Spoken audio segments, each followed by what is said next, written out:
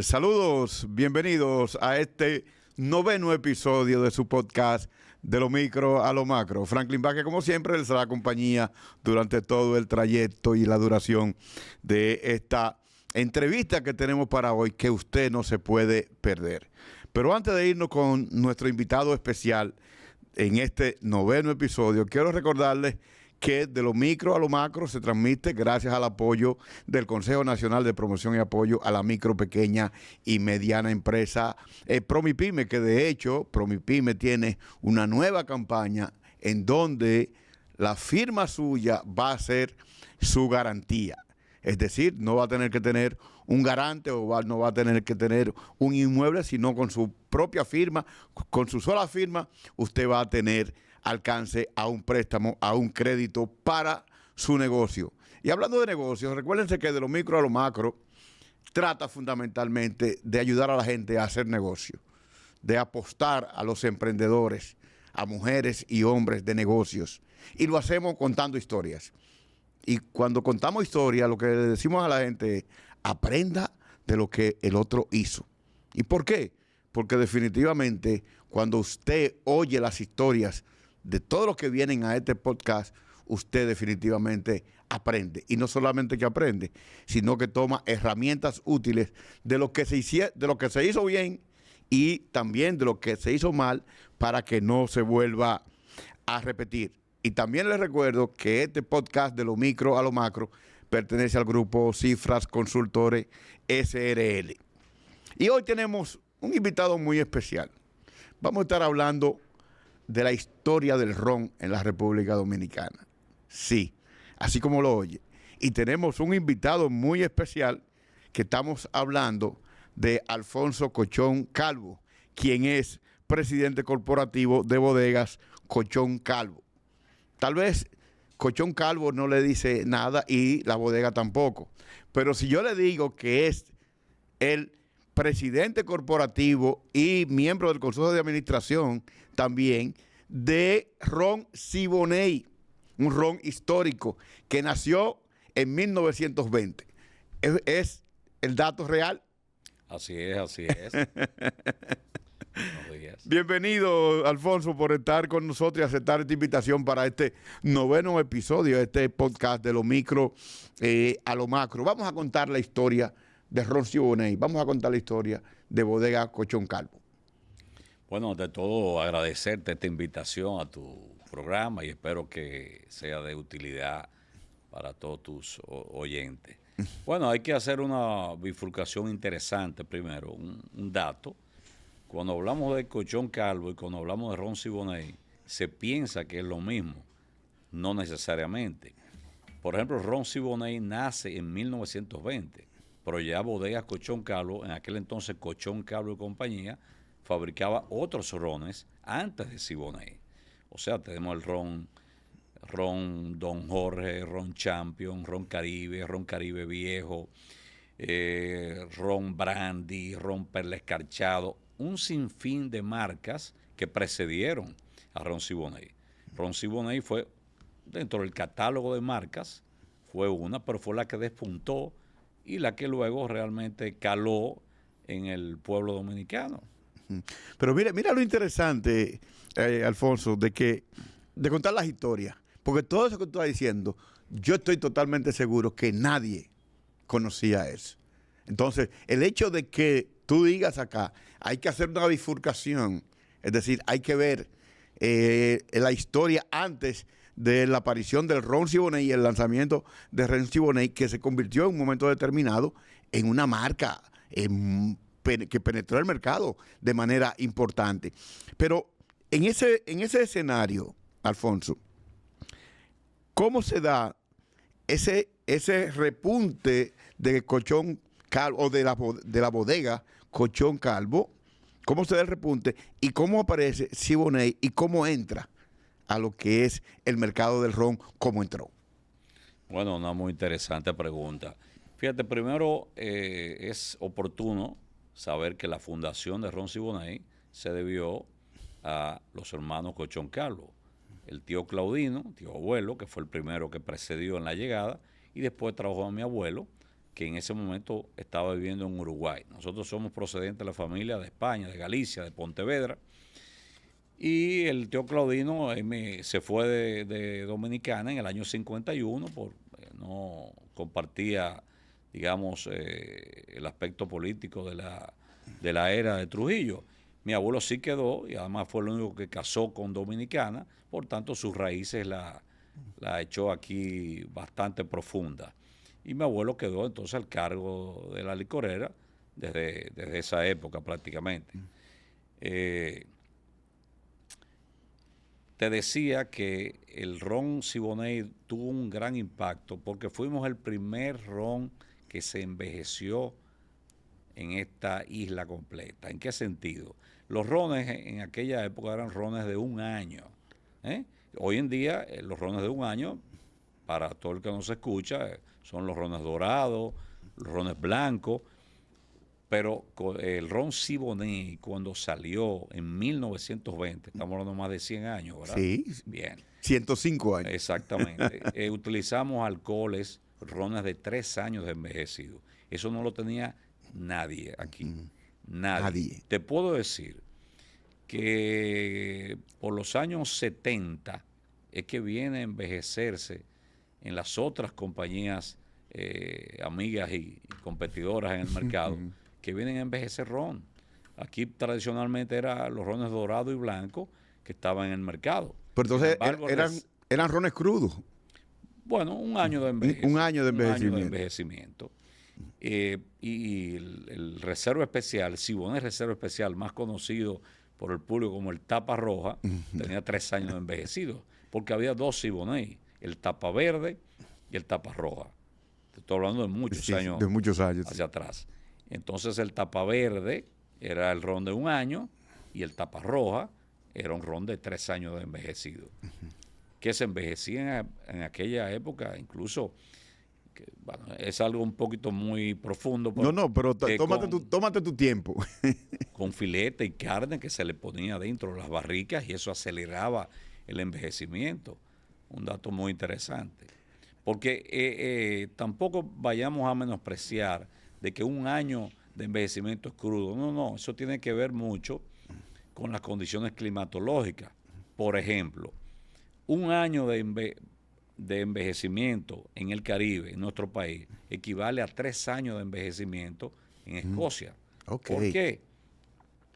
Porque la pérdida anda normalmente en el Caribe por un 12%.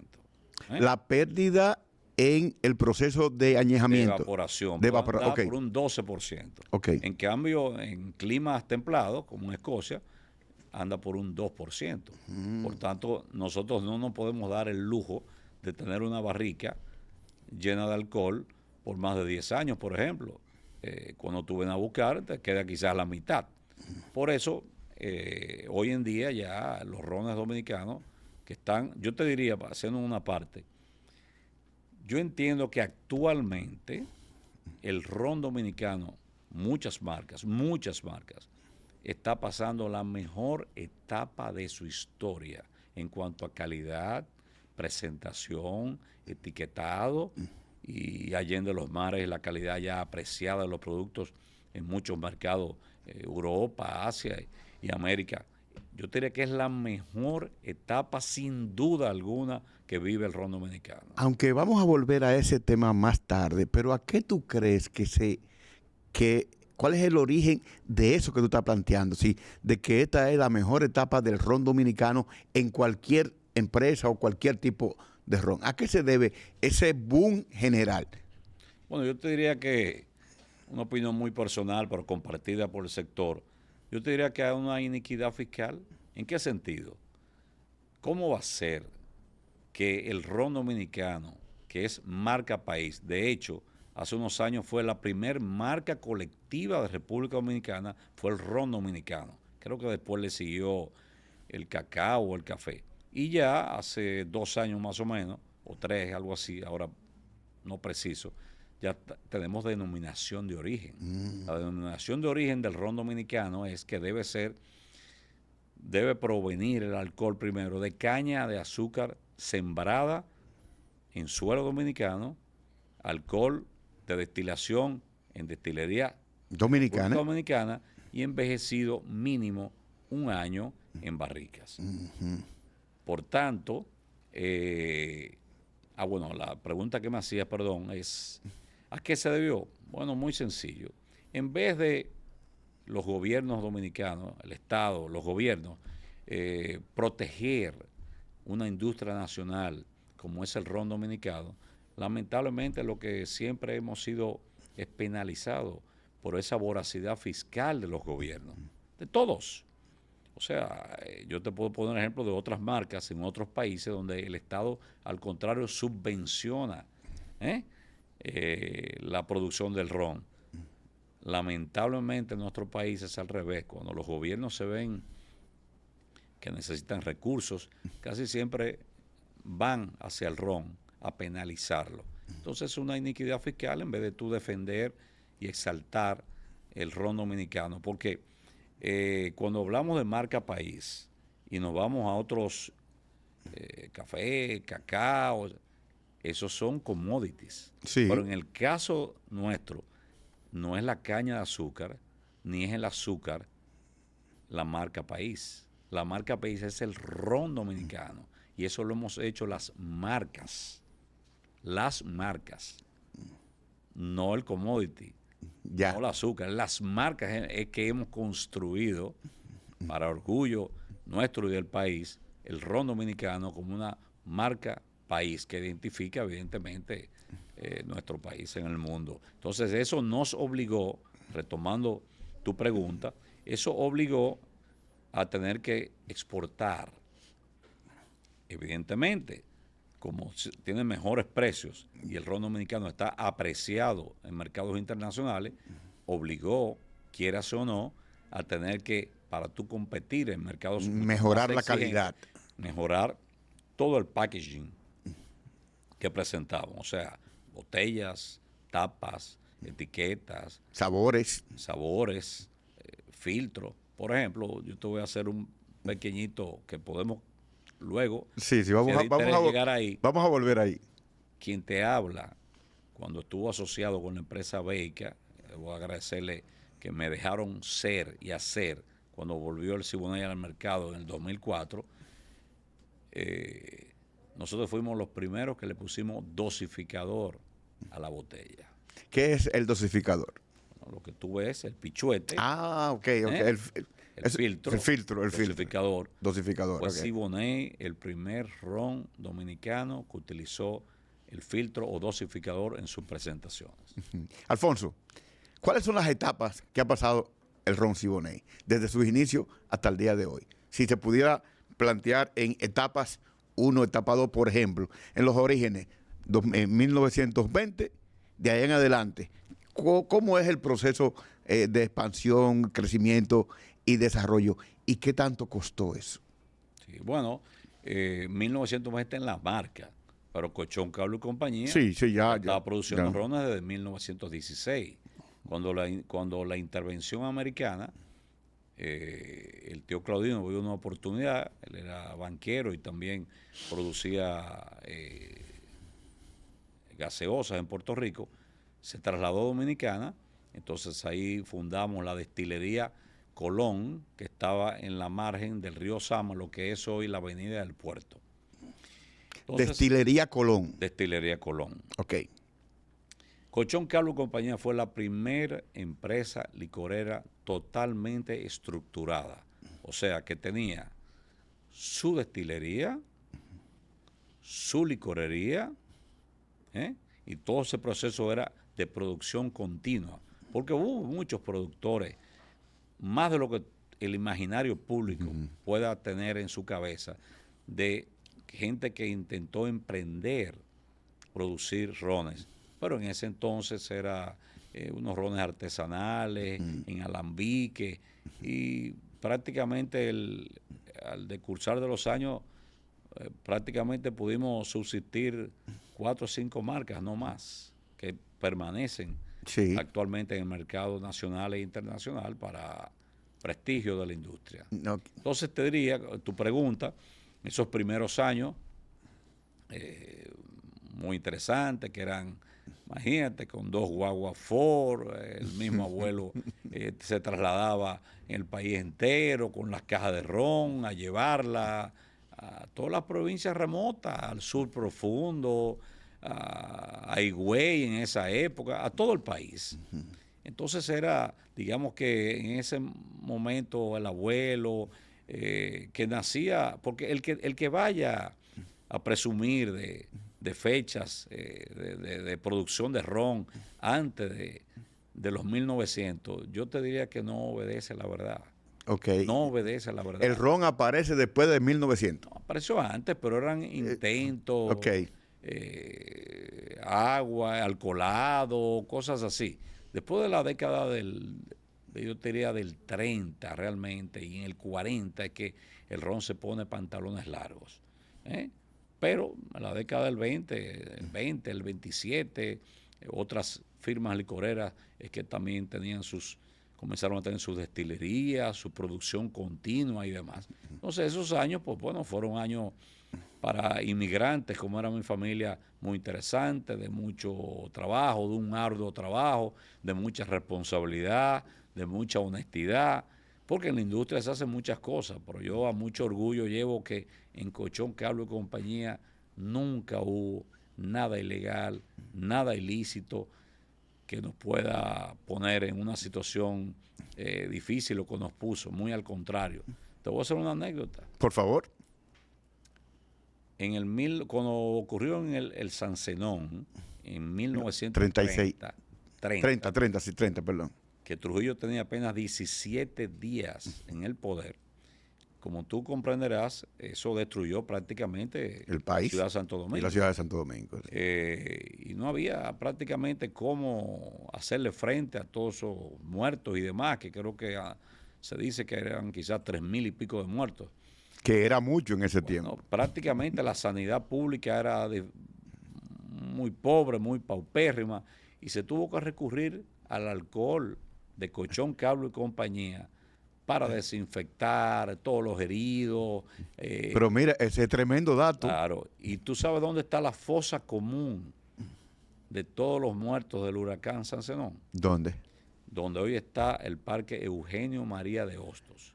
Eso ahí debajo se hizo una fosa común y ahí yacen todas las víctimas del Sancenón. Y entonces Colchón Cable y Compañía, penosamente por una tragedia, tuvo su aporte. Desde ahí venimos a aportar al pueblo dominicano de alguna u otra forma. Tú sabes que como te digo, este podcast de lo micro a lo macro es contando historias de negocios. Sí. Pero esas historias de negocios llevan historias de vida. Así es. Porque ahora que tú estás contando eso, de que ustedes colaboraron con el huracán para, de alguna manera, dar respuesta a la situación del ciclón Sancenón, eso es un dato que yo creo que muy poca gente sabe. Así es. Y eso es un aporte interesante para la historia, no solamente para la historia de negocios, sino para la historia de vida. Bueno, tú sabes que la economía dominicana, afortunadamente, se ha diversificado de una forma tremenda. Pero en los años 50, 60, 70, 80, casi entrados los 90, prácticamente la industria licorera éramos los mecenas de todo. O sea, la industria licorera era la que le daba soporte a las artes, a la cultura. Y al deporte. Al deporte, a todo prácticamente. Que pareciera una contradicción eso. Porque éramos los grandes contribuyentes de la industria. Entonces, sí, pero que no solamente desde el punto de vista del fisco, no solamente desde el punto de vista del aporte en términos de impuestos, sino en términos también de colaboración con diferentes sectores, porque yo recuerdo que cuando yo estaba pequeño, que íbamos a los clubes, cuando se hacían torneos, el Ron Siboney estaba patrocinando. Todo, o sea, hay que ver el aporte de la industria y no es ningún problema citar la competencia de la Casa Bermúdez, de Brugal y compañía, de Barceló y compañía, y de Siboney, que eran las principales 4 firmas. El aporte todavía se mantiene y fue muy importante. Siguiendo tu pregunta, vine luego una segunda fase donde parte de la familia vuelve hacia España. Mi abuelo queda aquí al frente de la licorera.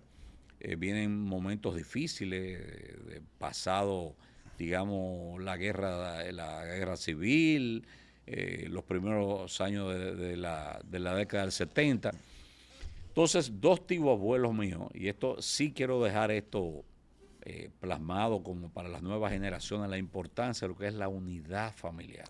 Repíteme eso despacio. La unidad familiar en los negocios, bueno, en muchísimos aspectos de la vida, pero en este caso que estamos tratando, la unidad es vital.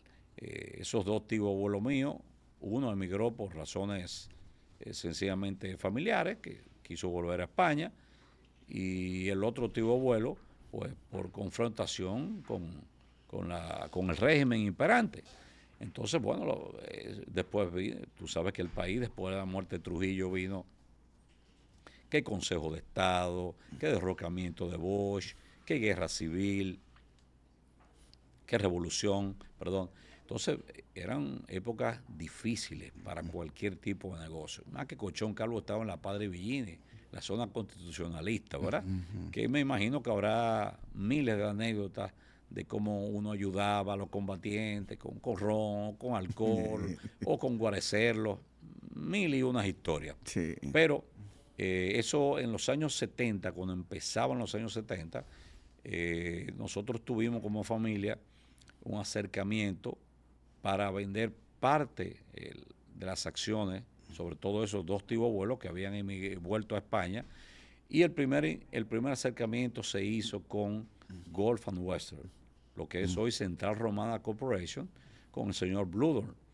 Y fue algo muy interesante porque prácticamente los planes que tenía en ese momento Central Romana era hacer de Siboney pues algo monstruoso, quizás equiparable a lo que en ese momento era Bacardí. Entonces... Sí, porque tenían la caña. Todo, los recursos, sí. Cine, de todo. Entonces, en ese momento se nos dijo que entonces la oposición política comenzó a decir que ya la multinacional estaba incursionando en otras áreas. Y tú sabes Franklin, que las multinacionales tienen una epidermis muy sensible. Muy sensible. Entonces, al verse como confrontadas por el sector político y demás, se retiraron. Hoy en día ya quizás con la experiencia que uno puede tener, yo te diría que quizás no era el sector político, tenía que haber sido uno de los competidores, que fue quizás apelando donde el doctor Balaguer, presidente en ese momento, decirle, doctor, no permita que Central Romana entre al sector, que aquí nos va, en el buen sentido de la palabra, nos va a pasar por encima a todos. Entonces el señor Bludon se retira, deja las negociaciones sobre la mesa y se busca otro grupo de inversionistas, la mayoría de ellos españoles, que entonces ahí se conforma un nuevo consejo de administración, en esa época, en el 72, donde entra, te puedo citar, ya hoy todos fallecidos, pero el señor Báez Romano, Hilari Mayor, la firma Suárez Fernández y evidentemente mi abuelo, porque la familia nunca se desconectó, evidentemente. Eso tuvo una época de esplendor, ahí se construyó una nueva destilería, la destilería Isabela, las bodegas de envejecimiento se trasladaron y se ampliaron hacia la zona de San Isidro, en fin, que podríamos decir que del 79 al 82, Siboney tuvo el liderazgo. ¿Del 79? Al 82, tuvo un liderazgo impresionante, porque antes podíamos ser quizás la segunda firma que más vendiese. La Casa Bermúdez tenía un liderazgo muy, digamos, muy firme, ¿verdad? Y digamos que en ese lapso, bueno, yo te puedo precisar para que tú te imagines qué tanto fue el desarrollo que tuvo en ese momento y el éxito, que la firma tenía dos aviones. ¿Dos aviones? Dos aviones. Un jet y una avioneta con su logo de Siboney y todo eso. Uno de ellos penosamente después unido a una tragedia porque cuando se iba a filmar un comercial en Casa de Campo, sufrió un percance y la avioneta se cayó prácticamente en la piscina del complejo y ahí fallecieron 2 personas. Ese también es un dato Claro. que es histórico, que esa información creo que no fue de dominio público, porque también en ese tiempo no había mucho acceso a información. Exacto. Pasaban cosas que uno nunca se enteraba, y sobre todo a ese nivel empresarial. Así es. Bueno, eso nos lleva después a la administración que en ese momento tenía el control de Colchón Calvo y compañía. En los años, digamos, como en el 84, 85, más o menos tuvo problemas financieros. Bueno, mi abuelo ya había fallecido, perdón, en el año 80. En el 1980. Sí, en un incendio que fue en la misma licorera, en la Padre Villini, el palacete que tenía Colonial, Colchón Calvo y compañía. Allí falleció mi abuelo y 4 personas más, incluida su secretaria, en una tragedia. Entonces, digamos, Siboney siguió con otra administración al frente de ella. Esa administración tuvo sus problemas financieros y lo llevó al colapso. Siboney sale del mercado. En el 80. En la década del 80. Y nos lleva después a una interesante momento de vida. Espérate. Vamos a pararlo ahí. Porque cuando tú cuentas historias de negocios, y en este caso, en el caso de Siboney, tú dices, el momento de cierre, ese momento, ¿qué implicó para ustedes? En términos económicos, en términos familiares, en términos hasta para decir, no vamos a seguir en esto, vamos a buscar otro tipo de negocio. Bueno, como tú bien señalas, eso fue un impacto terrible. Primero, la muerte de mi abuelo, que era el patriarca, el guía familiar y empresarial. Eso fue un golpe devastador. Y te puedo comentar que el primero de la familia que llegó allí fui yo. Yo tenía 17 añitos, andaba con un amigo y frente a la licorera estaba la catedral y estaba lo que llamaban el Callejón de los Curas. Y allí vivía un padre, amigo de la familia, y llamó a mi madre por teléfono y le dijo, Milagros, mira, ven por aquí que está como que saliendo un mito de la licorera. Ay, mi madre. Y mi mamá me dijo, arranca para la licorera, que a ver qué es lo que pasa allá. Y cuando yo llego, nos obstaculizan el paso ya en la Doctor Delgado, llegando al Arzobispo Meriño. Y mira, eso fue algo que nunca se me ha olvidado. Yo comencé a correr por el medio de la calle, veía los bomberos y demás, no sabía lo que iba.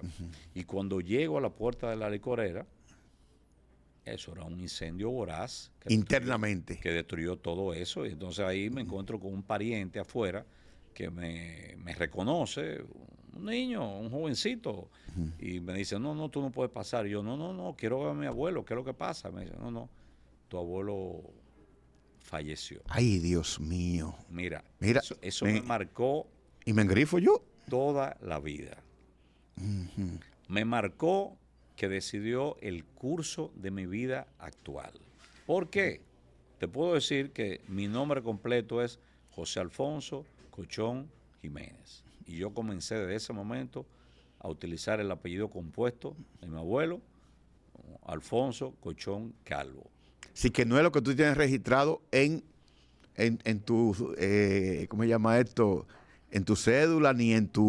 No. Pero jurídicamente sabemos que todos los apellidos que tú tengas, a 1, 2, 3, 4, tú lo puedes usar. Pero la costumbre obliga al primer nombre y al primer apellido. Bueno, aparte que una razón comercial y de honrar la memoria de mi abuelo y de la firma, pues se me conoce como Alfonso Colchón Calvo o Alfonso Colchón, sí, sencillamente. Por eso me marcó. Cuando nosotros fuimos al cementerio, fue la primera vez en mi vida que yo entraba con 17 años. 17 años. Familia, un niño. Familia corta. Un niño. Fue la primera pérdida que yo vi en mi familia. Y cuando yo entré al Cristo Redentor, esas arcadas a la entrada, eso me dio una impresión tan grande, como que un vaído. Y desde ese día, a mí se me metió en la cabeza con que yo tenía que volver a las raíces del ron. ¿Por qué? Yo nací en casa de mis abuelos, mis padres vivían en casa de los abuelos. Eso se estilaba antes, una casa grande, demás, parte de la familia. Después mis padres fabricaron en el año 69. Sin embargo, yo fui el nieto que se quedó a vivir con los abuelos hasta los 14 años. Por tanto, yo fui el único nieto que iba a la licorera con mi abuelo, cuando lo podían permitir los estudios, algunas veces. O sea, que ese olor a ron. Lo llevas en la sangre. Definitivamente, desde muy pequeña edad, se me entró, me recorrió el alma, el cerebro, el corazón, y lógicamente eso después me llevó a un destino de vida que hubo algo que marcó eso, y quiero decirte esto que fue muy interesante. Por favor. Mi abuelo muere el 17 de abril de 1980. A los 2 meses de fallecer mi abuelo, el Consejo de Administración de la empresa en ese entonces decide, que fue un desatino, decide cambiarle la razón social a la empresa. Y en la etiqueta donde decía Colchón, Calvo y compañía, se le puso Licorería Siboney S.A. Y debajo, entre paréntesis, ex Colchón, Calvo y compañía. Eso me marcó y me dije que yo tenía que volver a ver en la etiqueta frontal de Ron Siboney el nombre de la familia. Pero apenas tenías 17 años, no tenías, digamos, ni el poder, ni los recursos, sino que tú también dependías del negocio. Bueno, te dije que eso entró al alma de alguna forma. Yo hice mis estudios en la UNFU de Derecho, me gradué de Leyes, pues hice maestría en Ciencias Políticas, maestría en Comercio Internacional, estudié un año Economía antes de transferirme a Derecho. Hice mi vida normal. Sí. No tenemos el control societario de la firma. Por eso entonces.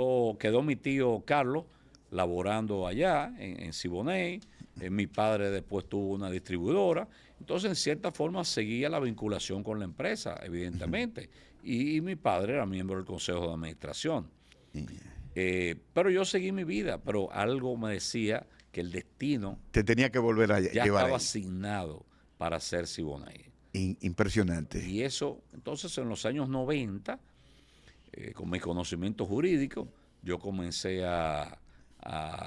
de nuevo a registrar los eslóganes, la marca de fábrica. En aquel entonces no existía ONAPI, era en la Secretaría de Industria y Comercio.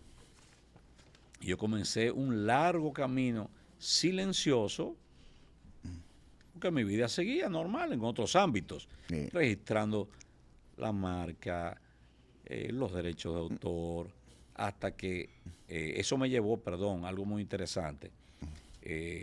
Hubo una época en que no quiero mencionar esa persona, Siboney estuvo en unas manos inadecuadas y el Banco Central de la República Dominicana, de manera ilegal, escúchame, ilegal, se quiso apropiar de la destilería y de los terrenos donde estaban las bodegas de envejecimiento. Lo logró. Y yo encaucé al Banco Central de la República Dominicana. Como aquí no había la institucionalidad de que el Estado, para tú embargar e irle jurídicamente de frente a una institución como el Banco Central, lógicamente no fuimos a varias audiencias, ellos no iban, o sea que se pudo haber pronunciado el defecto por no concluir. Sin embargo, me vi entre la pata de los caballos, reuniones con el gobernador, que sea el actual gobernador del Banco Central, con impuestos internos, con esto, con aquello, hasta que parece que una luz me dijo, ¿tú sabes qué? Salte de las patas de esos caballos, de ese tema jurídico, de demandas, de esto. Digo, logré demandas en lo civil y demás, pero algo me dijo, suelta eso vulgarmente y concéntrate en la marca, que es lo que vale. Entonces ahí estamos quizás hablando del año 2000. Ok.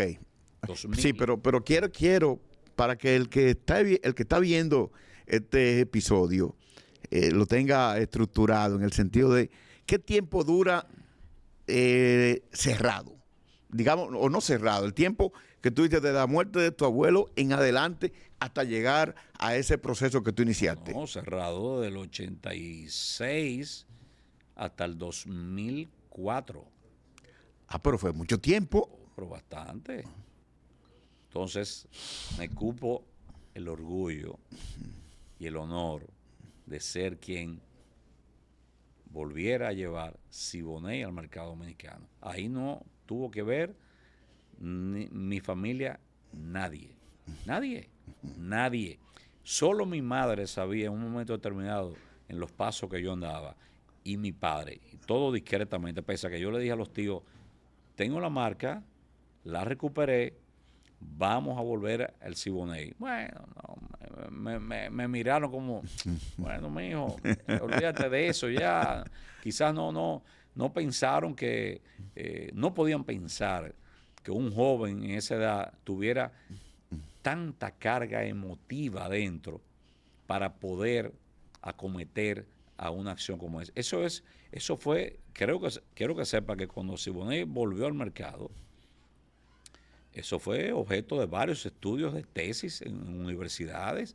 Yo tuve que ir a muchos programas porque eso no se había visto nunca. Eso como que desaparezca una de las marcas emblemáticas de ahora, 10 años, ponle el nombre que tú quieras, cualquier ron, marca país ahora mismo, y que resucite 10, 15 años después. Bueno, es que eso no solamente en el mercado del ron. En cualquier mercado, cuando una empresa sale del mercado, dura tantos años fuera, volver al mercado y lograr posicionarse con algún porcentaje de ese mercado es muy difícil, casi imposible. Bueno, tuve la suerte de conocer a la empresa Beica, eran dos familias españolas que eran son los dueños actualmente de uno de los rones, lo puedo decir no hay ningún problema, Ron Barceló. Ellos necesitaban posicionarse en el mercado dominicano y yo necesitaba quien me fabricara el ron Siboney. Entonces hubo ahí una sinergia, un win-win situation, que ellos necesitaban lo que te dije, yo también, y le tengo que agradecer porque me permitieron ser. Yo allí llegué con mi maestro ronero. Ellos en ese momento no tenían un maestro ronero cualificado, o sea que nosotros nos metimos ahí en las instalaciones de Quisqueya, me asocié con ellos, un porcentaje donde yo era mayoritario. Tienes que imaginarte, Franklin, que soy yo solo. Yo quiero que tú me digas. No hay una fortuna atrás. Por eso yo quiero que tú me digas dónde conseguiste los cuartos. No. Hicimos una sociedad donde sencillamente el aporte mío era la marca de fábrica.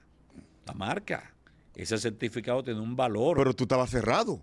Bueno, pero era una marca prácticamente centenaria. En ese momento 80 y pico de años. Eso tiene un valor. Cuando nosotros fuimos a hacer, ellos hicieron estudios de mercado. Y nos fuimos, y estaba casi un 100% de recordación. Y nos fuimos, me recuerdo cómo era ese estudio Nielsen que se hizo. Nos fuimos, incluso los mayores encuestados eran personas de 18 a 25 años que por su edad quizá la recordación era mínima. Mínima, claro. Me recuerdo que salió en ese núcleo de un 85% y salió 20 y pico, casi 30% de recordación de la flecha, el indio, el logo. Sí. Entonces, evidentemente que ellos apostaron a la fortaleza icónica de esa marca. Que había un eslogan que decía, lo que mata no es el indio, sino la flecha. Bueno, eso lo había, pero yo te puedo decir que eso eran los competidores queriéndose hacer los graciosos, como que mataba, como que... Entonces Sí. se oye como... Puede interpretarse de dos maneras. Sí, como, claro. como muy jocosa, pero de que lo que te mata. No, no, no. Es que Siboney Reserva Especial siempre fue el ron dominicano de más suave calidad. Incluso, ahí están las botellas. Yo te voy a decir, nosotros aquí en el año 74 se hizo la primera feria mundial del ron. Aquí en Dominicana. No, en Caracas, Ok. Venezuela. Yo te puedo decir que hoy en día hay firmas por ahí con no sé cuántos premios de dudosa reputación. Pues ya hoy en día eso es marketing y No, no, lobby. y mucha gente hace su propio premio y se lo entrega Mira, ahí hay una el marca mismo. que no la voy a citar, una marca que yo un día la veo en el supermercado con un estuche y esa marca tenía, y era de reciente salida, pocos añitos en el mercado, que está en el mercado hoy en día, y yo le conté 36 premios internacionales. Yo te puedo decir que tú agarras las 3 marcas emblemáticas y Siboney, las juntas las 4 en 100 años, y yo creo que no sumamos 36 premios internacionales. Y esa sola tiene Y esa 33. tenía, no, después la quitó.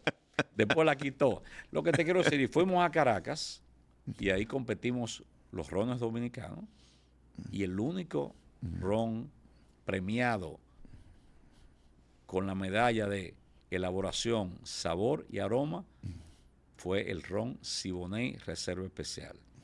Uno de los concursantes en aquel entonces quiso impugnar y se hicieron creo que 2 rondas y volvimos y triunfamos.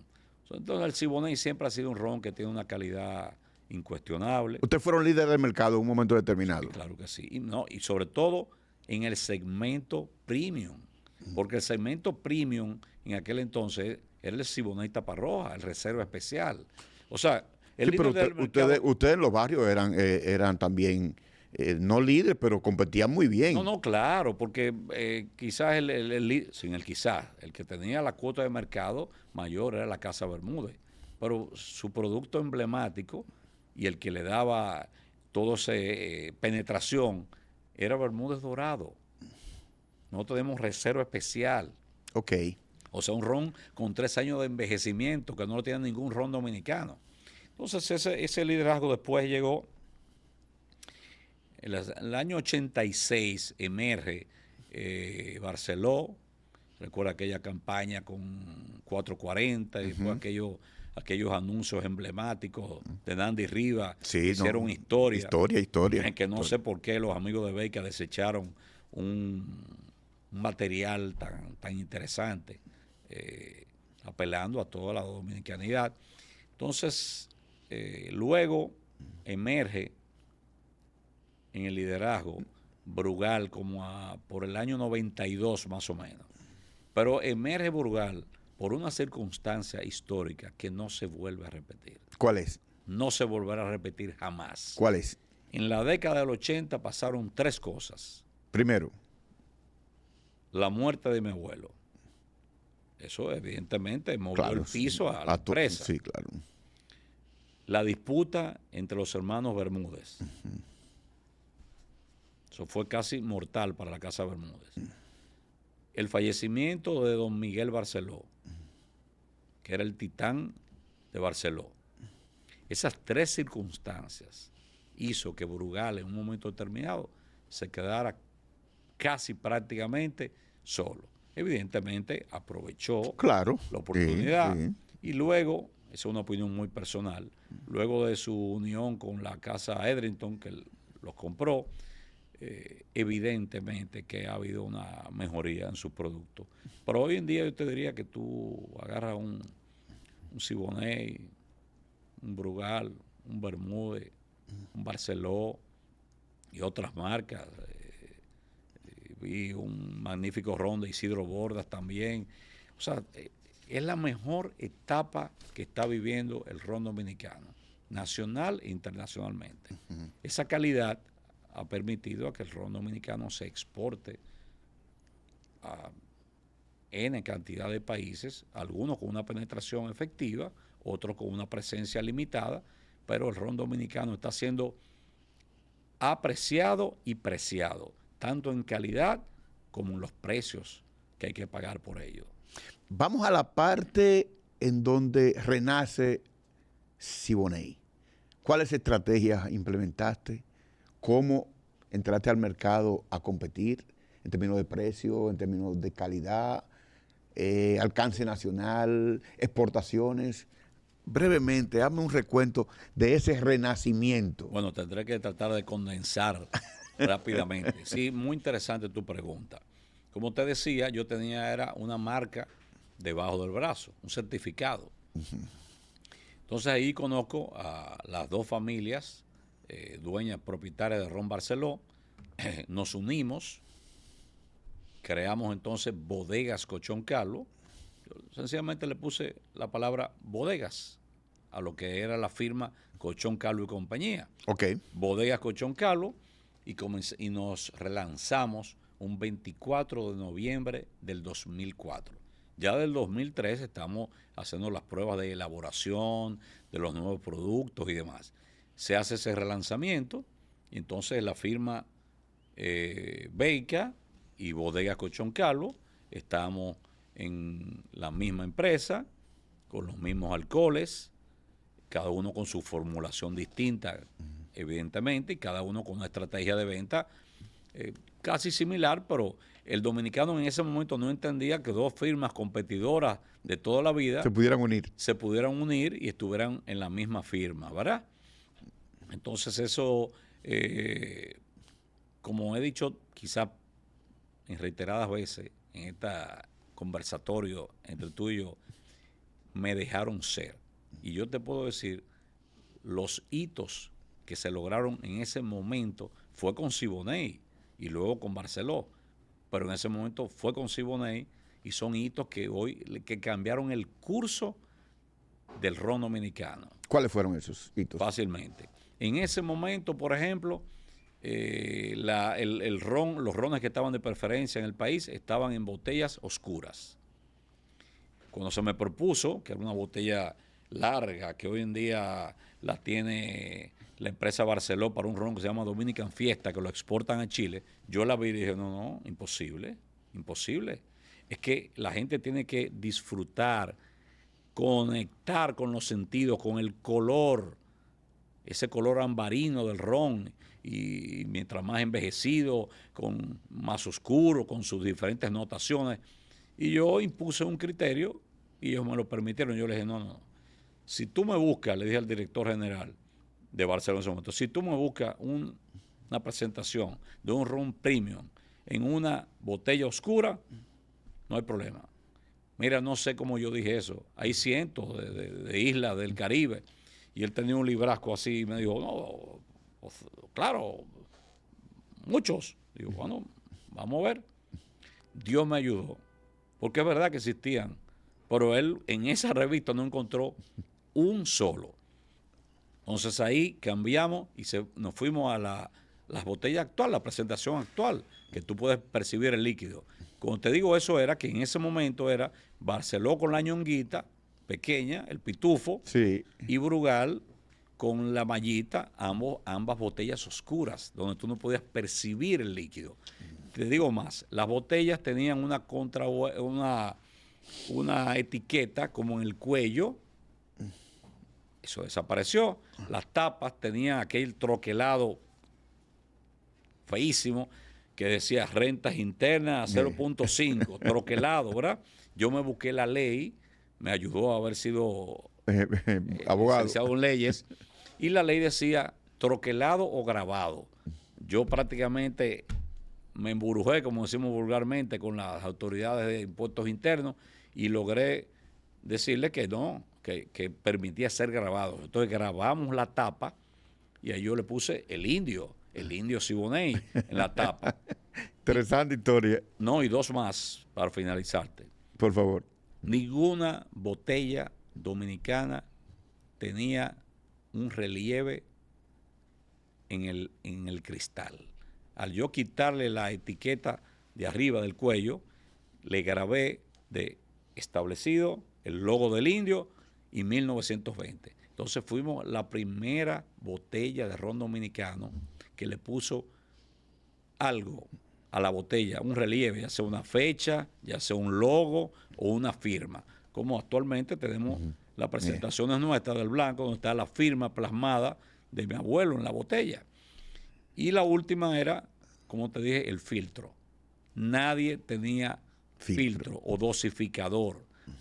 Le pusimos dosificador a las botellas, no solo de 750, llegamos a ponerlo en las de 700 mililitros, sino en las medias botellas también.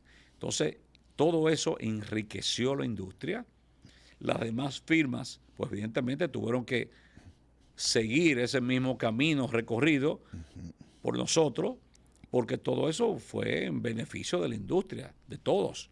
Y hoy en día te puedo decir que casi todos los rones conocidos dominicanos tienen una presentación de lujo, tienen un líquido excelente y tienen unas tapas, unas etiquetas, unos dosificadores impresionantes. Pero hay un elemento que me gustaría que tú me reiteraras, es el hecho, tú tienes la marca, que es el certificado debajo del brazo, pero me hablaste de la fórmula.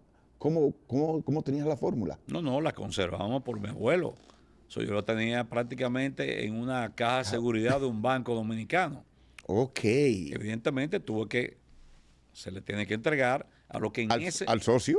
A lo que es al socio y a lo que en ese momento toda la industria dominicana le llamaba al químico.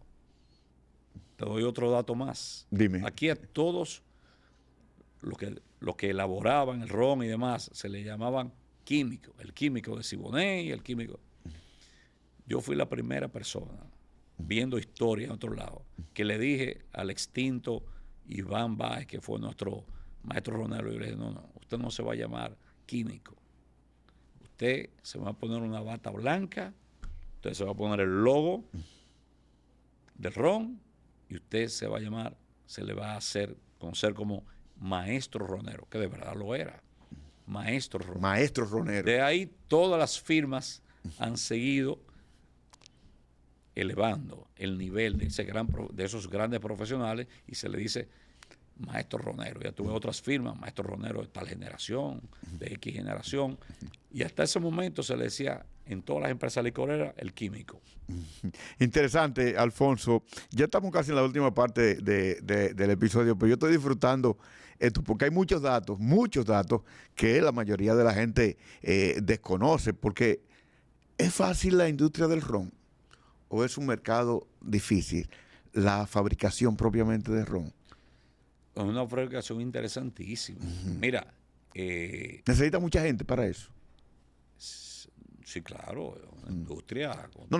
Yo te estoy diciendo en el sentido de los empleados, porque tú tienes un maestro ronero, pero me imagino yo que hay todo un equipo de trabajo que hay que prepararse, que hay que... Todo el tren de embotellado, los laboratorios, los empacadores. No, claro. Mira, a mí me da pena cuando yo veo que muchos dominicanos los invitan fuera y visitan las bodegas del whisky tal, y no conocen las del ron dominicano. No conocen las del ron dominicano.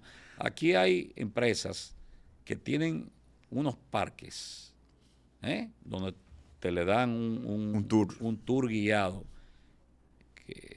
que no tienen que envidiarle nada a ninguna otra empresa de ningún lado.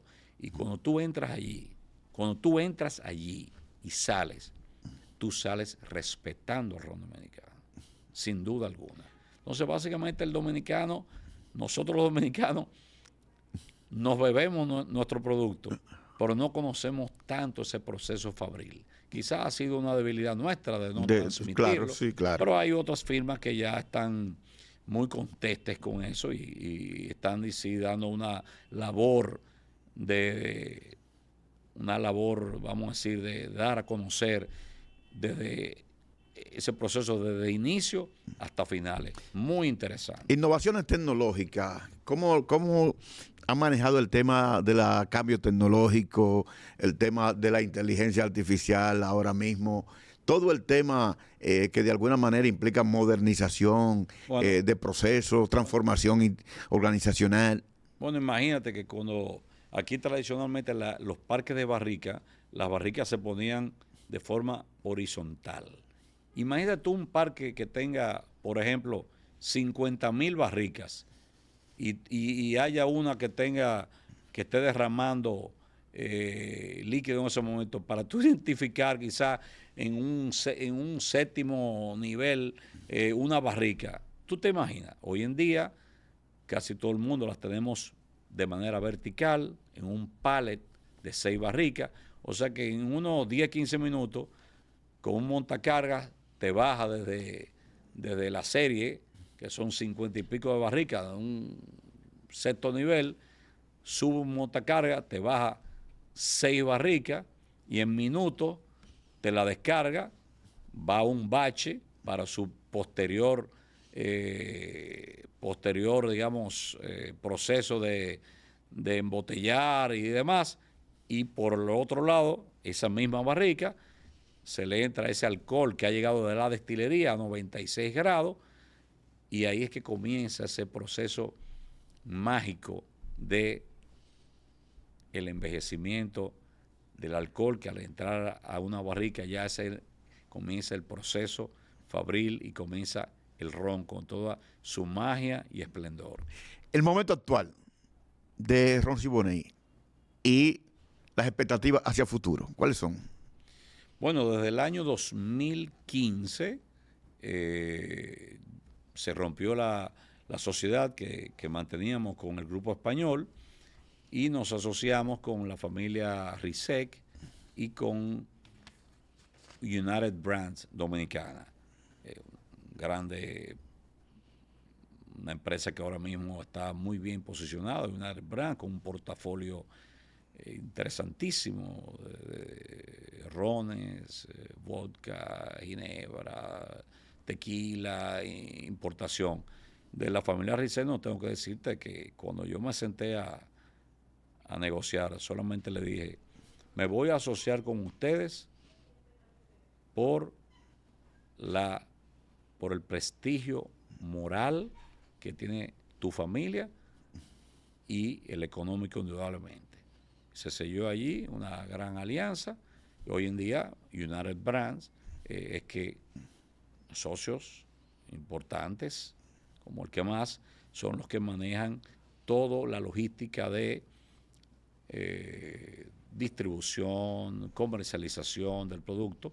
Tenemos presencia internacional, nos exportamos a Europa, a Asia, a Estados Unidos, y estamos en ese proceso constantemente de aperturar nuevos mercados a donde llevar el excelente Ron Siboney.